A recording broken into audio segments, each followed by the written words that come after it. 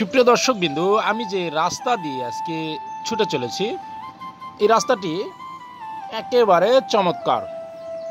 জয়পুরহাট শহর থেকে প্রায় ৩০ কিলোমিটার দূরে এই রাস্তাটি অবস্থিত।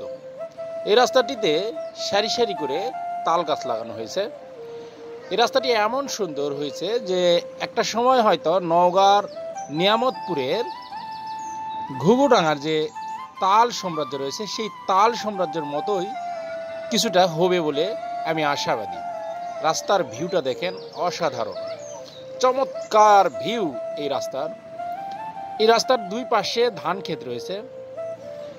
আমি এই রাস্তাতে এসে মুগ্ধ হয়েছি, অনেক ভালো লেগেছে আমার।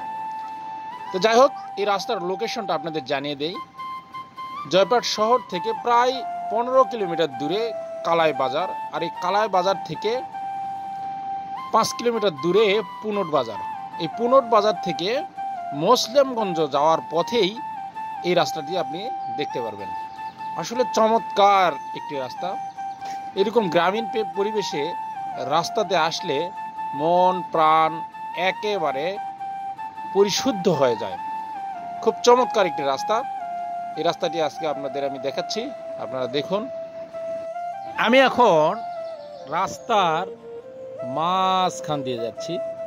চমৎকার একটি রাস্তা।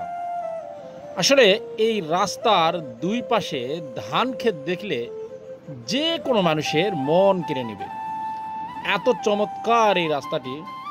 এই রাস্তার দুই পাশে ধান ক্ষেত, সবুজ মাঠ।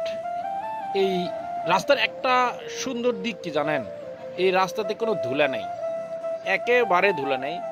এখানে কোনো বড় যানবাহন চলাচল করে না, ছোট ছোট যানবাহন চলাচল করে বিধায় এখানে কোনো ধুলা নেই।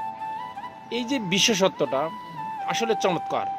আমরা শহরে থাকি, এত পরিমাণ ধুলা, ময়লা, আবর্জনা, এই যে ইট পাথরের চাপে পুরো আমরা যখন থাকি তখন আমরা এইরকম গ্রামীণ পরিবেশগুলো ভুলে যাই। তো তাই আমাদের এরকম গ্রামীণ পরিবেশে এসে সময় কাটানো উচিত বলে আমি মনে করি। কারণ মানসিক চাপ, দুশ্চিন্তা, টেনশান অনেক কিছু থেকে যায়। তখন আমরা আমাদের পরিবার নিয়ে, আমাদের বন্ধুবান্ধব, আত্মীয় স্বজনকে নিয়ে আমরা এরকম গ্রামীণ পরিবেশে এসে রাস্তাঘাটে ঘুরতে পারি এবং হাট বাজারগুলো দেখে আমাদের কিছু পূর্বের স্মৃতি মনে করতে পারি। আমি আপনাদের এরকম জায়গাতে আসার আহ্বান জানাচ্ছি। সকলকে ধন্যবাদ। আসসালামু আলাইকুম রহমতুল্লাহ।